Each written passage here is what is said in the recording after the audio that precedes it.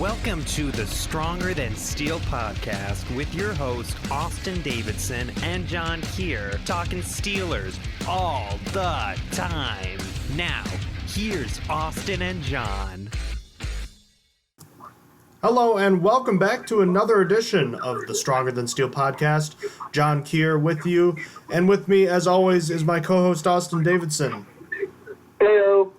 It is Season 4, Episode 18, and after a long, almost a month and a half reprieve, if you will, we are back, Austin, back and better than ever. Steelers training camp is underway. How have you been? What have you been up to? Not much, man. I mean, obviously, for all the viewers out there, John was actually down at Lyon. I'm so used to saying up for most people visiting. Down at Lyon, hanging out with me, and we were all together, and that's basically all that's been happening. It was a good time, and, there are these rare times in between the football off-season and preseason, between OTAs and training camp, where people like Austin and I must actually socialize with other people and act as though there are, other parts of our lives. But now that time is over with and we can get back to what really matters most in life, which of course is football. And the first football game played every year is the Hall of Fame game, and we actually got our first taste of it this past Thursday, just a few days ago. Denver Broncos and Atlanta Falcons, obviously not a super entertaining game, but it was football nonetheless, and I know you were working, but did you get a chance to catch any of it?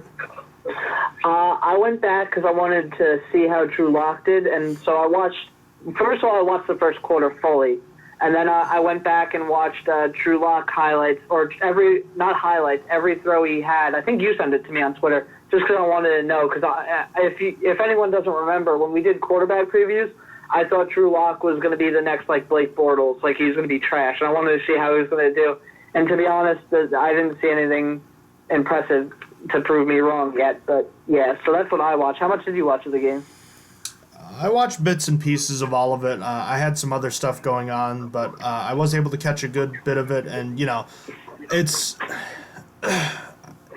like giving... It's like giving a starving man a cracker. He's gonna take it, but it's also not a steak dinner, So I mean, it's not great, but it's better than nothing. And obviously, it signals the beginning of a long process up until the midway point of February, where there's football every week, whether it's the pros or college. So there's a lot to be thankful for, and. Steelers football coming up on Friday. It is currently August 4th, which is a Sunday, and Steelers football just 5 days away, and certainly a lot to be excited about. But training camp, we were right in the midst of training camp at Latrobe, and no Antonio Brown this year. It's been a far quieter offseason and preseason than we've been typically accustomed to the last few years.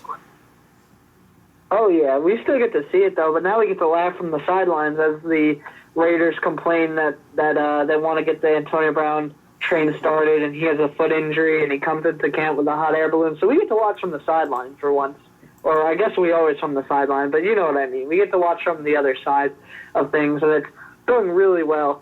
And, just some thing I wanted to mention, it's really nice not having to deal with the Le'Veon Bell stuff and watching the Chargers have to deal with the same exact thing. Not same exact, but it's been nice being able to watch from the sidelines with other teams. Did you see the picture of Antonio Brown's feet? Yes, I actually did. It was so gross.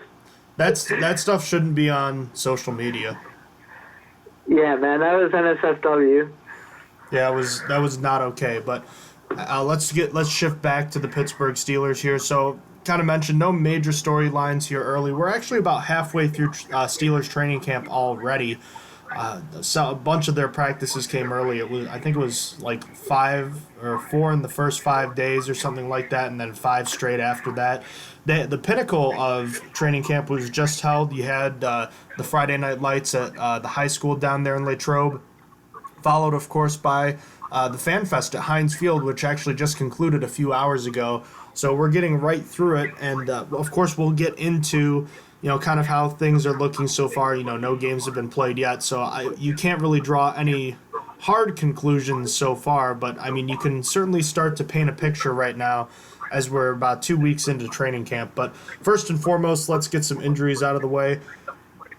As is unfortunately the case with football, a lot of high-risk situations, and of course, the Steelers have not been able to completely avoid this. Cornerback Herb Waters, who the Steelers acquired, I believe it was via trade, if I'm not mistaken, last year, suffered a shoulder injury, and he was waived injured, so he is reverted to what will become IR, so he is out for the rest of the year, and the Steelers signed Derek Thomas, the cornerback, to take his place. Beyond that, there's been a whole list of bumps and bruises. I don't know if you want to cover that, Austin, for me. Sure. So, first off, T.J. Watt had a short stint on PUP with a hamstring injury, but came off of PUP today on August 4th and practiced for Family Fest. Sean Davis has been held out of practice with a finger injury. Wow, it's been so long podcast and I can't speak still. It's likely to be a dislocated finger. I don't think that ever got confirmed though. They said he has a finger injury and that's been keeping him out. Vince Williams and Anthony Chickalo didn't practice with hamstring injuries on Family Fest. Christian Scotland Williamson didn't practice with a groin injury. Then after tonight's Family Fest, these are the injuries reported from Mike Tomlin from the day, and that's Deontay Johnson again, but this time instead of a hip, he's got a groin injury. Marquise Pouncey with a minor injury, that's what he called it. It's supposedly a minor back problem. And then J.C. Hassenauer, he has a knee, and Artie Burns has a groin. And then finally, earlier on, I believe it was like a week ago now, cornerback Alexander Myers reverted the Steelers' NFI list after clearing waivers, and after clearing waivers, and the Steelers claimed Brandon Riley off waivers as the corresponding move. So I think that covers it all as far. I think so. I think it covers everything, all the injuries that are still happening and ongoing. So Riley is a receiver, and Myers, the cornerback who was waived. The NFI is the non-football injury list, so hopefully whatever he's dealing with is not too serious, but not currently an issue for the team. So, obviously you're going to have your bumps and bruises right now, but there's a few major talking points, I guess about as major as you can get right now. It's you want to analyze things, but you also don't want to overanalyze things, considering just what a small sample size it is, and you consider these guys have been practicing against each other basically every day for the last 2 weeks. So I guess let's just kind of go position by position. 4 quarterbacks in camp. Nothing really to talk about with Ben Roethlisberger. He's had his off days, not taking a ton of reps. Devlin Hodges, the number 4 quarterback, might be a little bit better than the average number 4. I'm getting a little bit of feedback, Austin. Oh, yeah? Just a little bit, yeah. How about now? Let's see. I'm not hearing anything. Anyways, I'll get back to it. Thank you. Mason Rudolph and Josh Dobbs, I mean, most eyes are going to be on them.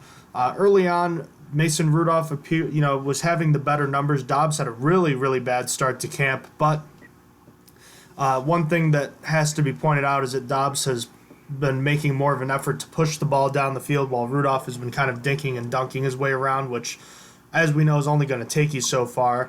But Dobbs has rebounded with a couple of better days, so in conclusion, it looks like no one's really taking off here. Yeah, I agree, because you said it perfectly. It's that the difference in the quarterbacks. All year last camp, the Steelers wanted Mason Rudolph to get it downfield a little bit down more, and he just wasn't doing it. It really hasn't much hasn't changed since last camp. He's still not really pushing downfield. He's not making mistakes, but he's not getting it downfield. He's like doing dink and duck, kind of like an Alex Smith kind of offense. And because of it, Josh Dobbs actually has a longer yards per attempt, I believe it is, yards per attempt. Much higher. It's much higher, yeah. So while Josh Dobbs kind of loses in every other category, that's where Josh Dobbs is he's forcing himself down the field. He's making longer throws and stuff, while Mason Rudolph is taking a lot more of the lower throws and not really forcing it downfield. So it's kind of an interesting battle that doesn't really have a winner yet I think the only one that we can rule out at the moment is Devlin Hodges. I just don't feel like he is really competing. I feel like he's just a camp arm there. And like you said, he is a better than the standard quarterback 4, which could lead him to being a quarterback 3 for another team after the first set of cuts. Because I don't think he's going to make it past the first set of cuts. I can't see why he would. And just after that, I just feel like this is going to come down to the wire because, as you said, Josh Dobbs has improved as camp has gone on. So it's becoming more of a battle. Mason Rudolph was running away with it in the beginning, but Josh Dobbs evened it out a little bit more. It's going to be interesting to see after the first set of preseason games who gets the first start, who gets the last start. That's not Ben Roethlisberger. You know what I'm saying? I do. Hodges should find himself on another team. Remember, there are no preliminary cuts. There's only one round of cuts. It goes right from 90 to 53. It hasn't been like that for long, but the 75-man cut down doesn't exist anymore. Thankfully, I actually like it a lot better this way. Oh, see, for some reason in my mind, I was thinking that what changed was that the 70 cut happened after the 75 cut happened after 2 preseason games. I don't know why I was confusing that. That's weird. Well, I think it used to, because I remember the last preseason game, they always talked about how that was more difficult because of the fact there were only 75 players instead of 90. But regardless, the fact of the matter is Hodges will be around, and he's good enough to find himself on a roster. Just I wouldn't be shocked if he does find his way there. But yeah, time will tell with Rudolph and Dobbs, and they're going to get the majority of the preseason snaps. I'd imagine Dobbs will start the first game and Rudolph will start the second game, and then who knows who will start the fourth game. Time will tell. But that's about all there is to report on that right now. It's about as even as can be. Running back, haven't seen a lot of James Conner. Don't really need to.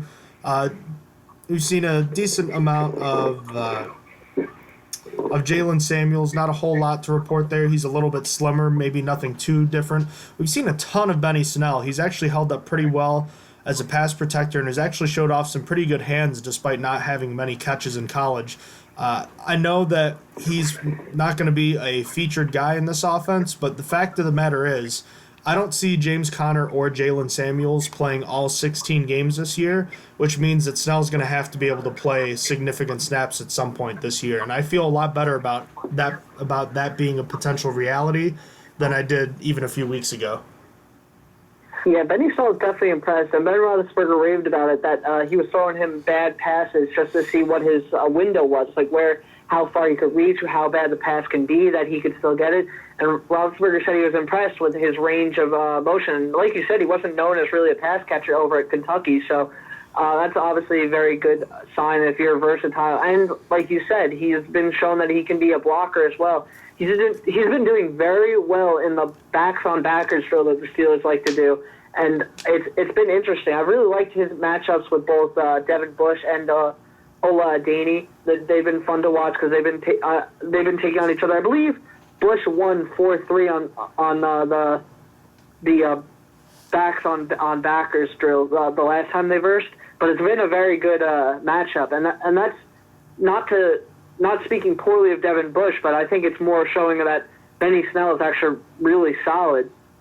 And I think that I'm not surprised, so to speak, but I feel like he's doing better than I would have expected for a 4th-round pick at this point, this early in camp. But, I mean, of course, we haven't seen even a preseason game yet, so it might not translate as well.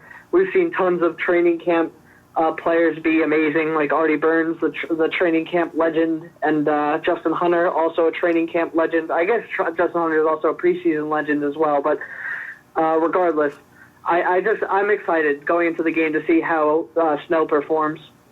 Do you think, because I'm sure we're not going to see a ton of James Conner and probably not of Samuels, that Snell could lead the NFL in preseason carries? I don't know if I'd go that far, but I think he's going to touch the ball a lot.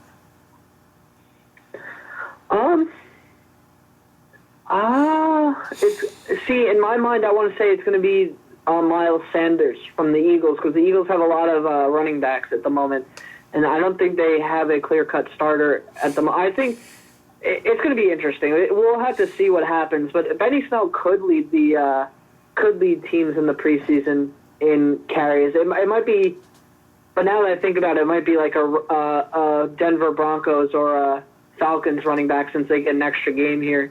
Well, will he lead the Steelers in rushing attempts then? Oh, yeah. Oh, I believe so. Okay. Let's go to tight end before receiver then. Not a whole lot to talk about with Vance McDonald, Xavier Grimble. Those are the top two guys. The number 3 position has gotten interesting, though. Zach Gentry, Kevin Rader, I think it's Rader. But there's Trevor Wood, and of course, the international program player, Christian Scotland Williamson. I think Gentry was kind of a guy that we probably both thought was probably a lock would be the wrong word to use, but would have the inside track to the third tight end job. But it looks more and more like Christian Scotland Williamson could be that guy. Mike Tomlin said, if you can block a 4-3 defensive end, you'll have a job. And the transformation from year 1 to year 2 in this system has been quite convincing. But the argument against him is that he has a free, basically, practice squad spot sitting for him, and the Steelers may want to use that for one more year. But again, the Steelers need a number 3 tight end, so it's kind of a dilemma here if you don't add somebody. Haven't seen a ton from Rader or Wood. Gentry's flashed a bit, but is also raw. So, I mean, what do you make of this number 3 tight end battle? I still think someone needs to be added because I don't feel like the number 3 guy is here on the roster at the moment. It just I haven't felt good about any of the guys. Gentry, I hear like one good thing and then like don't hear about him ever again. Scotland Williamson, I did see that quote that if he could block, that he has a job. But I've seen some bad things from him too, especially yesterday. Yesterday he dropped a wide open pass in the end zone where there wasn't a guy even within 2 meters of him. So there's just I don't feel like there's a guy. I haven't even heard anything from Kevin Rader. I haven't heard anything from the tight end position for Trevor Wood, really. He got long snaps the other day with Cameron Kennedy hurt, but I haven't heard anything about him from a tight end's perspective.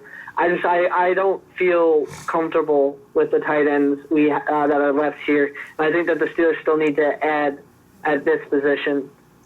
In an ideal world, I'd like to see another guy added.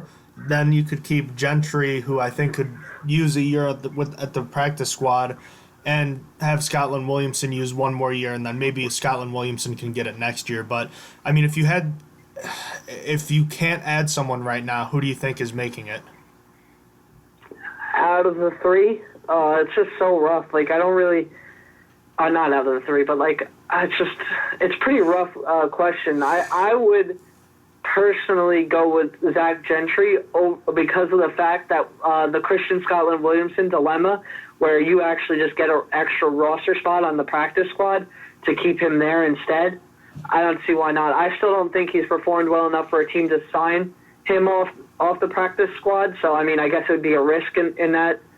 And if another team does think he's developed enough, but I don't personally think he has. So I would do Gentry on the roster and then put Scotland Williamson on the practice squad for that extra spot.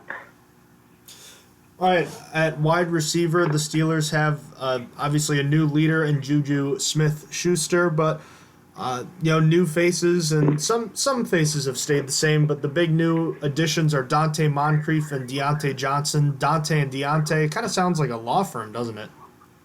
Yeah, it kind of does. But Smith-Schuster looks like his normal self. Looks like Moncrief is sliding in to be the X receiver, and James Washington looks like he's going to be the Z. Beyond that, there's Eli Rogers, Ryan Switzer. There's Trey Griffey, Tevin Jones, the new Brandon Riley kid from Detroit that the Steelers picked up. There's Johnny Holton, and of course, one of the camp darlings on offense, in my opinion, Deontay Spencer. There's a ton of names here, and really, I think the only names that are 100% locks are the first 4, in Smith-Schuster, Moncrief, Johnson, and Washington. Yeah, it's kind of interesting with this position. This is a position I haven't seen a lot of bad things about. Like this, everyone's been contributing and having a pretty good job. Like at least on one day, Tevin Jones had a really good practice today, and then Juju's just been impressing apparently in camp on his own, and is as the first time as a wide receiver 1. I've heard solid things about James Washington again. Deontay Spencer has been impressive. I've heard a lot of times. I've heard Ryan Switzer's impressive. I heard Eli Rogers impressive. It makes it really rough when it comes to cutdowns.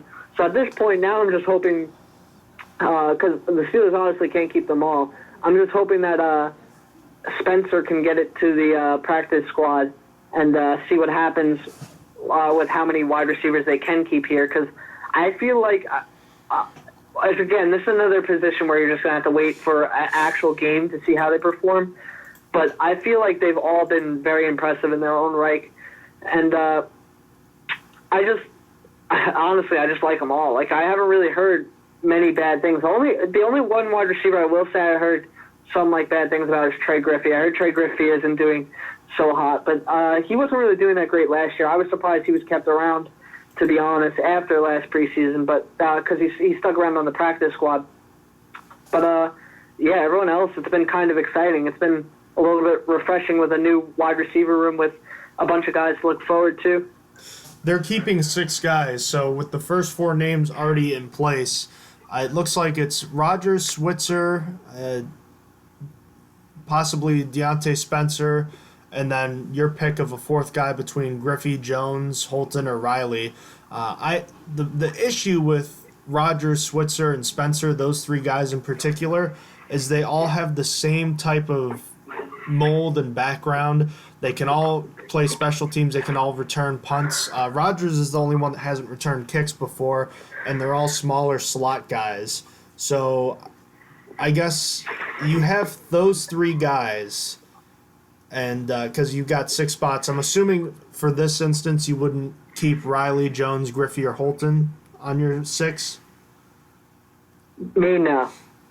So your 6 receiver set, you have 2 open spots between Rogers, Switzer, and Spencer. Who are you keeping of those 3? And why? Right now it's Roger and Switzer still. I know Spencer's been impressing in camp, but I need to see a little bit in preseason. My choice is also different from the Steelers' choice, because last year I would have kept Damone Patterson on the roster. I thought he was great, thought he did amazing. Even in preseason games, Steelers did not deem so. Cut him, didn't even bring him back to the practice squad, and then he just kind of faded out of existence, sort of like DeMarcus Harris, and how I felt about him. So I'm thinking that it's going to be hard to kick Ryan Switzer and Eli Rogers off the roster still. So I think Spencer's the odd man out, and he might end up I think he's going to end up on the practice squad as of right now.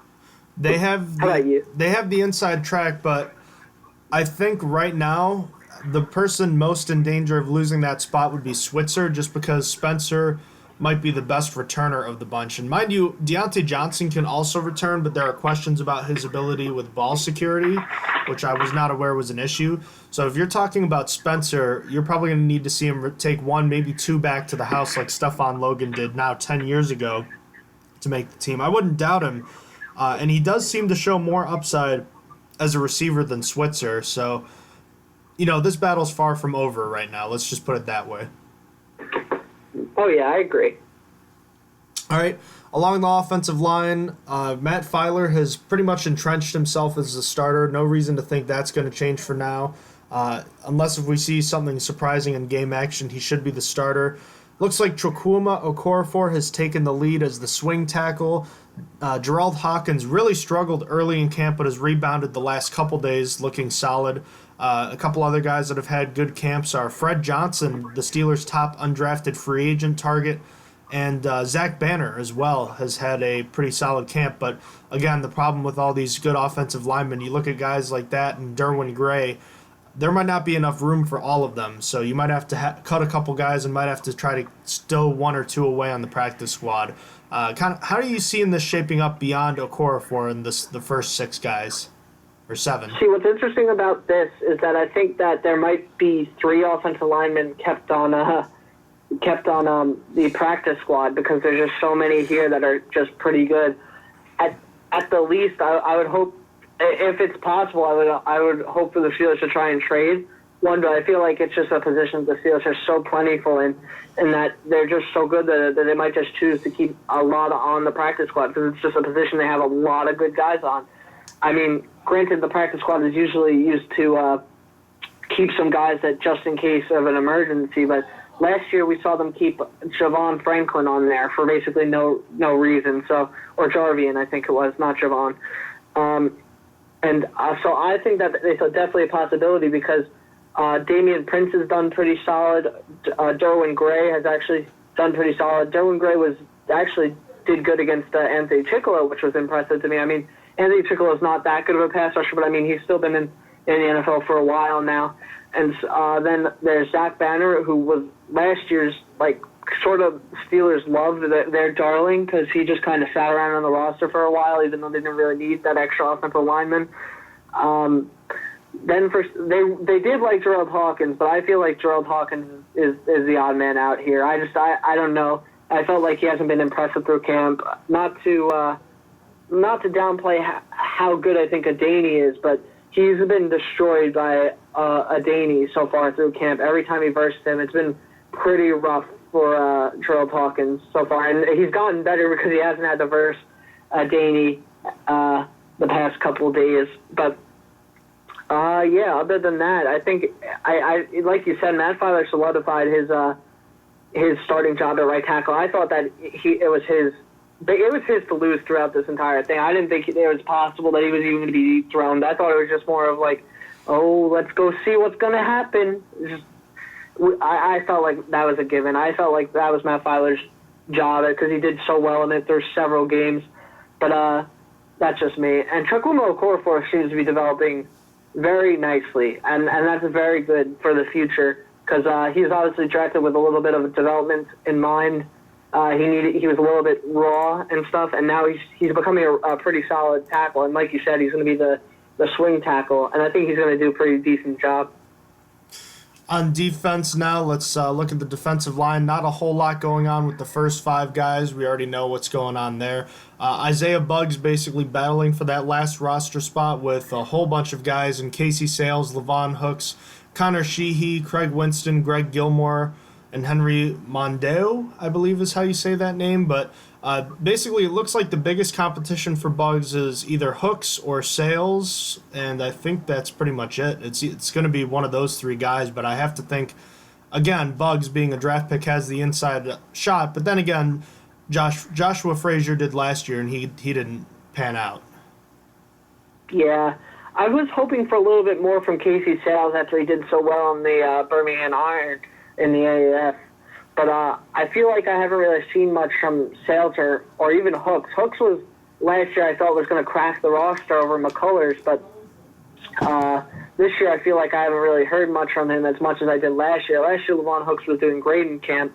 Not that he's doing bad, I haven't really heard anything about him, if I'm being honest with you. Same with Sales for the most part, actually. I haven't really heard much from either of them. So at the moment right now, I feel like the defensive line is almost going to be like the same it was last year, plus Isaiah Buggs.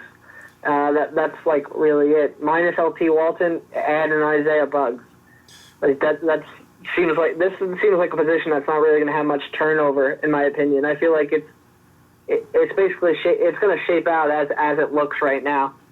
Well, remember, it's still early, and as far as Hooks and Sales go, we kind of know what they are, but it's going to take seeing what they're going to be able to do in the preseason. The big news is all about what's going on at outside linebacker. The big camp darling, obviously already mentioned his name before, is Ola Adaney. He's been playing a lot because of TJ Watt's injury. Well, not a ton because Anthony Chickolo was playing, but he's seen time at both ends. He's been a standout, continuing right where he left off last year. TJ Watt finally returned from injury. Bud Dupree's been all right. I've also seen some good things from JT Jones, another former AAF player, and Tuzar Skipper, another undrafted free agent. So you remember last year the Steelers had just 3 outside linebackers, and I haven't even mentioned Sutton Smith, the 6th-round draft pick. These guys they're looking pretty solid as a unit right now. Yeah, it's been pretty good so far. I haven't seen much with Bud Dupree because I feel like he hasn't really been playing since he's been a starter, and obviously TJ Watt has been held out with injury and probably won't be practicing all too much anyway. But like you said, Tuzar Skipper, Ola Adaney, and JT Jones have all been doing pretty solid in their own right, and they all have a pretty solid shot at the roster, with Ola Adaney probably being having the biggest shot right now. And not going to lie to you, I know it's going to sound weird. I feel like if any of these guys can prove that they have a really solid special teams ability, I feel like Anthony Chicolo's roster spot isn't guaranteed.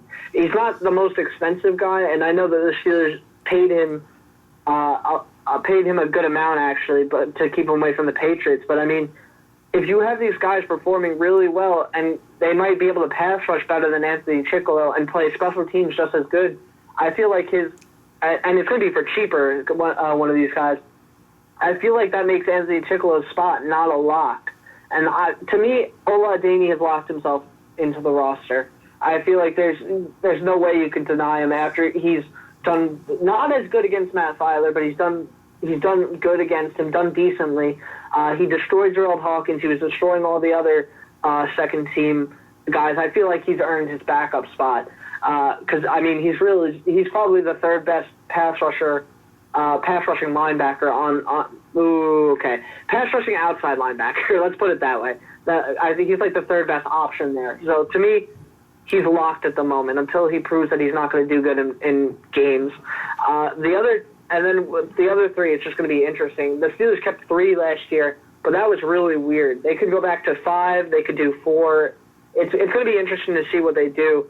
I like the idea of Chicolo staying, though. Even though I said his roster spot isn't guaranteed, I like him staying. Even though Sutton Smith, Cesar Skipper, and JT Jones have all been impressive, I think that Anthony Chicolo should be kept on the roster, and I feel like at least one of those guys should make it to the practice squad, and maybe even keep a fifth, and maybe keep Sutton Smith on the roster for his versatility. He was having a pretty good early camp. He's kind of cooled off a little bit, but he was being used at fullback a tiny bit, so that helps with his versatility if he proved that he could actually play backup fullback to Rosie Nick. So just an interesting position. So you think they're keeping 4? If I remember correctly, I think I predicted them 4. It's been so long that I actually forget what I actually predicted. I think I had it at 4 and 4 only. Okay, I don't know. I think it's going to be pretty hard for Chicolo to lose his job. Danny Smith will probably not allow that to happen. That's just kind of how I see it. It's going to take a lot of really good special teams play from any of those guys to unseat him. I don't see it. I'd quite frankly be shocked, especially after the contract they signed him to this offseason. Sutton Smith has cooled off. I actually feel like JT Jones and who am I forgetting here? And Skipper, yeah. I feel like they've actually been outperforming Smith as of late. And 2 guys that were compared a lot being, 6th-round picks in Sutton Smith and Ulysses Gilbert III, who we'll get to in a minute. Gilbert III is actually, according to from reports from what I've seen, Gilbert III has been turning heads a lot more the last few days than Smith has, and may have actually taken the lead a bit in terms of an extra linebacker being kept, even though they do play different positions. I just think that's interesting because I'm not going to say we wrote him off, but I think it would have been easier to say that Sutton Smith would have been a closer lock to making the team than Gilbert III, and lo and behold, it could be a coin flip. Yeah, very early on, I was actually thinking Ulysses Gilbert was doing terrible in his first 3 practices. He was getting destroyed on the backs on backers drill, and I was like, man, this guy is looking not so good. But like you said, it's kind of flipped a little bit. Not that Sutton Smith looks trash now, but Ulysses Gilbert has been turning heads as of recently. So you're right. It might just come down to a coin flip on which one of them actually makes a roster, if either of them do. And remember, it's still early. We haven't even seen games yet, so we can't take a lot away. But just something to think about. Obviously, the inside linebacker position, we kind of touched on the big part of it. The only other interesting things to note is obviously Devin Bush in uniform for the Steelers in the middle, doing a lot of communication stuff, and Mark Barron, the free agent acquisition, has been missing time. So I feel like Devin Bush is basically becoming the starter, but I still think him, Vince, and Barron will be rotating on a pretty much continual basis in the middle. Oh yeah, I feel it's going to be the middle linebacker position. At first, I thought Mark Barron was probably going to be competing for, or Devin Bush wasn't going to get the spot originally to be the starter, but it really is shaping up that Devin Bush is going to be the starter because Mark Barron hasn't been practicing for whatever reason. I don't really know. We don't really know why. Like you said, he kind of was held out of 3 straight practices, and one was supposedly a vet day off, but it was just weird when the other players weren't getting those days off. So as of right now, it seems like Devin Bush's job to lose, but then again, Mark Barron hasn't really practiced, and as we said for basically every other position, we haven't even seen them play in any type of game, preseason or not, besides Mark Barron. I mean, I'm talking about Devin Bush here, but regardless, after that, I feel like Ulysses Gilbert, like we just talked about, has been pretty impressive in this spot, and it's after that, there's not really much to talk about. Tyler Matakevich has been actually doing pretty solid here, but he's basically making the roster just on his special teams alone because his special teams play is very, very good. So it's going to be hard to kick him off the roster as well, but he's not a very good defensive piece. He's like, who's the safety that didn't, Nat Burr. He's like Nat Burr a few years ago where you didn't want to see Nat Burr play defense, but like he was pretty good on special teams before he got to the Steelers. So it's kind of like that with Tyler Matakevich. All right. There was something you just sent me on Twitter. You want to talk about that? Oh, yeah. So by the end of this podcast, we might actually be able to tell you that Joe Hayden signed an extension, as Jeremy Fowler just reported that the two sides are making progress on a contract extension. So it is quite possible. This came out 30 minutes ago. So it's quite possible by the end of this podcast we can tell you that Joe Hayden signed a contract extension. More than likely it's coming tomorrow. That means so that's good. It should open up a little bit of cap space, too, for the Steelers. That's something we should have mentioned. The Steelers reconstructed contracts to get a little bit more, like $4 million of cap space. But it would be nice to get a little bit more than $4 million here with Joe Hayden getting an extension, which it likely would do. He's due $10 million this year, so it's going to be interesting. I was really hoping that he'd get extended. I feel like even though he's older, 30 is not a death sentence for cornerbacks anymore. I feel like so. Joe Hayden's still the best cornerback on this team, so I'd like to keep him around for at least a few more years, maybe 2 or 3 minimum. Yeah, 2 or 3 minimum. So yeah. Speaking of cornerbacks, the room we already know is going to be a pretty tight fit, and it's certainly been interesting. We saw Brian Allen have the kicked off training camp with a bang with the first highlight play of the camp, followed by standout performances from Artie Burns, some meh performances from Justin Lane, and Cameron Sutton's been on fire lately. There's a lot of guys in the room here, not a lot of spots available, maybe just 1 spot, maybe 2 if you're including Cameron Sutton, but he's been playing well. So, I mean, look, right now it looks like it's not solidified, obviously, but we already know the starting 3. You've got Lane as a 4th, and then if you're down to your last 2, Artie Burns and Cameron Sutton are 2 guys who have been having 2 of the best camps on the entire team. It's going to take a lot to unseat them right now. So it looks like guys like Brian Allen, Derek Thomas, the recent addition, they're on the outside looking in. So my one comment on that is I think I'm going to switch Lane back behind Sutton because Lane, I think I jumped on the Lane hype train a little bit too early.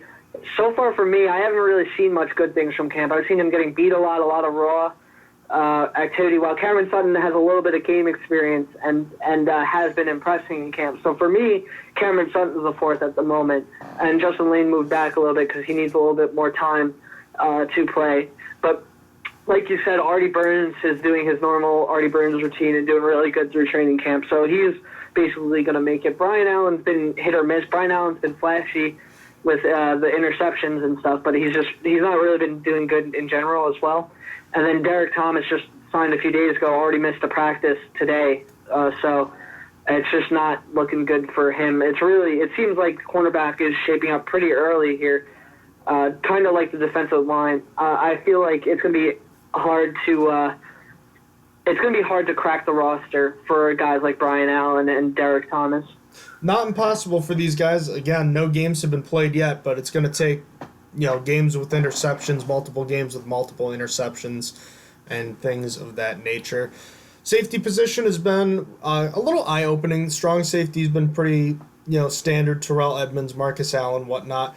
Sean Davis has missed most of training camp with injury, so we've seen a little bit of Cameron Sutton back there, but we've actually seen a lot of Cameron Kelly ahead of Jordan Dangerfield. And before you get to that, also don't forget that Nickelback, Mike Hilton, and Cameron Sutton have been there too. I forgot to mention that before, but feel free to address either in whatever order you'd like. Oh, sure. So with the safety position, it's all a throw-up. Just recently, Keith Butler, I think it was just July 30th, he said they're still looking for the safety number 3, which isn't a really good sign at all. It means no one's stuck out. No one seems like they're good enough for that spot, at least yet. Probably the most impressive guy with his versatility has been Cameron Kelly, and there's no one I'm probably rooting for more on defense than Cameron Kelly at the moment, because, I was a San Diego Fleet fan. I saw him get 3 picks in one game and win Defensive Player of the Week. And I was like, man, that guy's a ball hawk, because he also plays wide receiver. He also can play safety. He's played a lot of positions throughout his career, going back to high school and stuff. So he could be a wide receiver on trick plays. He could be put back there on Hail Marys at the end of games. I feel like he offers a lot of versatility, because he's also played cornerback as well, even though he's been playing mostly safety for the Steelers right now. He actually played cornerback in the AAF. So I'm rooting for him massively to win that 3rd spot. He hasn't jumped out yet. He hasn't been super impressive. It's just his versatility is attractive. But so I'm still rooting for him. Jordan Dangerfield is really just kind of a special teams guy. I've been over it several times, so that I have a special place in my heart for Jordan Dangerfield because of one game and one game alone. And so I feel like I like Jordan Dangerfield still. I feel like P.J. Locke and Askew Henry haven't jumped out like I wanted to. Like I thought Locke was going to be a little bit more flashy in camp, but so far this is another position that could use another safety just added, maybe through a trade or something, like a late addition to get a 3rd safety. And Marcus Allen's been silent. I don't think I've seen anything about Marcus Allen at all, which I don't know what to think of that. I don't know if that's a good thing or a bad thing. I haven't seen his name mentioned at all. Oh, I had mentioned Nickelback. What I meant was Dimeback. So we thought Marcus Allen was going to be the lead Dimeback. He's actually the backup. Cameron Sutton's been the lead Dimeback, which is kind of interesting, to say the least. But yeah, Cameron Kelly's 6'2". He's not the typical, rangy type of free safety you'd be used to, but I really like his versatility, and I'm really rooting for him to make the roster as well. I don't know. Time will tell. A lot of interesting and moving parts, but again, the thing with P.J. Locke I also want to mention is he's like a missile. He's known for his hard hits, and you can't really do that in training camp. I bet he lays someone out in the preseason, so hold your breath for that, because I'm sure it's coming. But, Steelers football just a few days away. We can mention, special teams. There's not a whole lot to talk about. Cameron Canaday went down with injuries. We already talked about Trevor Wood, Vance McDonald, long snapping. B.J. Finney was long snapping a little bit as well. Nothing really to report from the training camp battles. I've heard almost nothing from Matthew Wright and Ian Berryman at all. No, Wright hasn't been doing very good. He was 5 for 8. He missed one from 39 and 52 today. Boswell's outperforming him, being 7 for 8 and only missing a 50-yarder, but also hitting a 52-yarder out of one of those 8. So I feel like Boswell is shaping up to still win this battle over Wright. And then the Berry versus Berryman, I haven't heard anything about the punters. The punters is where I literally don't know what's happening, but I just know Jordan Berry's going to win, because it doesn't matter how Jordan Berry does. They're just going to say, nope, you're good enough, and you win. All right, so that rounds up the position battles, or really just the position overviews right now. Any further thoughts on training camp this year? I can't really think of anything that we're missing. I mean, look, we've learned about as much as we're going to learn right now from practice. It's time to see what happens in games before we kind of make any further conclusions. Yeah, man, it's going to be exciting. I got that game in 5 days. We'll preview it probably in the next 3 days, so it's going to be fun soon. We'll get some Steelers football. Yeah, absolutely. And, obviously, as is the case with any football game, especially with the Steelers at this time of year, just hoping for no injuries, or if there are, just very minimum ones. Of the guys who are the current starters right now, how many of them do you think play on Friday? I'm going to say I'm going to have it at a pretty, what I'd consider high, 10. I'm going to say 10 get at least one snap. Who do you think those players are? Mostly offensive linemen. So I think that Ramon Foster is going to get some snaps. I think Marquise Pouncey is going to get a snap or two. I think Matt Filer is, because the right tackle job is still kind of, even though it's pretty much sealed to me to be Matt Filer, I think that one's going to be interesting. No David DeCastro. No Villanueva. I think they're going to try a bunch of left tackles. Then I'll say, I don't even know what number I'm at now that I realize. I think I'm at 3 because I did 3 of the 5 offensive linemen. After that, I'm sure one of the starting, I think James Washington is going to play. I think Dante Moncrief is going to play, who are projected starters. Then on the defensive side, I think Philip Nelson. Not Philip Nelson. Steve Nelson. I'm all messed up, man. You're thinking about the fleet. Yeah, Nelson. And then for safety wise, I do think I actually don't think Terrell Edmonds is going to play. Oh, so now it's rough. Okay, so I'm going to settle on 6 instead. I'm going to say 6 starters play, mostly offensive linemen. Okay. Barring injury, I think, personally, I think we're going to see Mike Hilton, Steven Nelson, Terrell Edmonds, Devin Bush. I mean, if you're including Devin Bush as a starter, that is. I think, yeah. No, that makes sense. I think you'll see a little Vince Williams. I feel like you're going to see a little bit of Hargrave and Tuitt.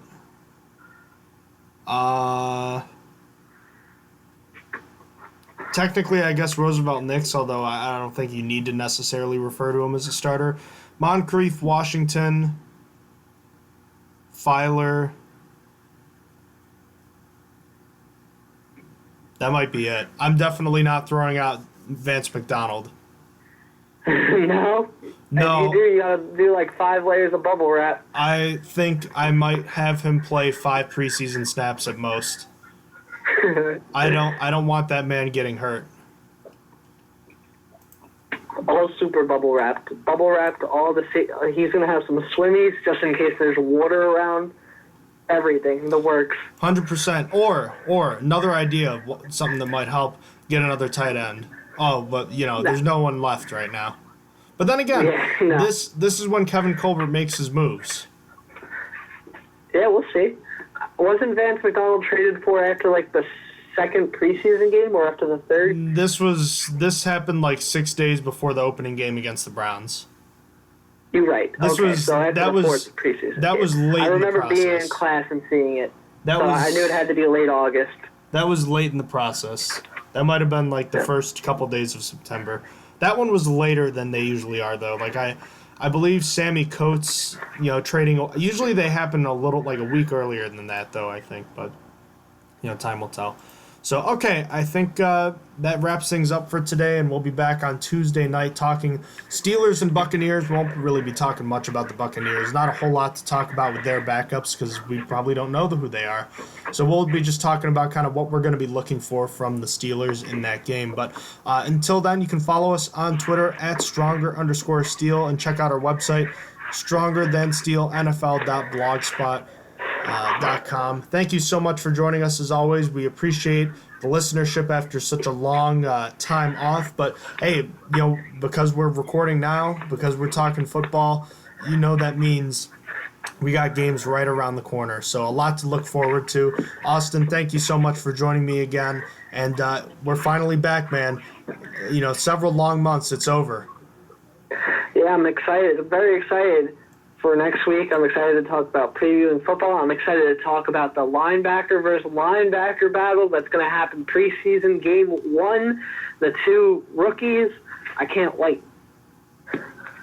Until next time, thank you so much for listening to the Stronger Than Steel podcast. Have a great night.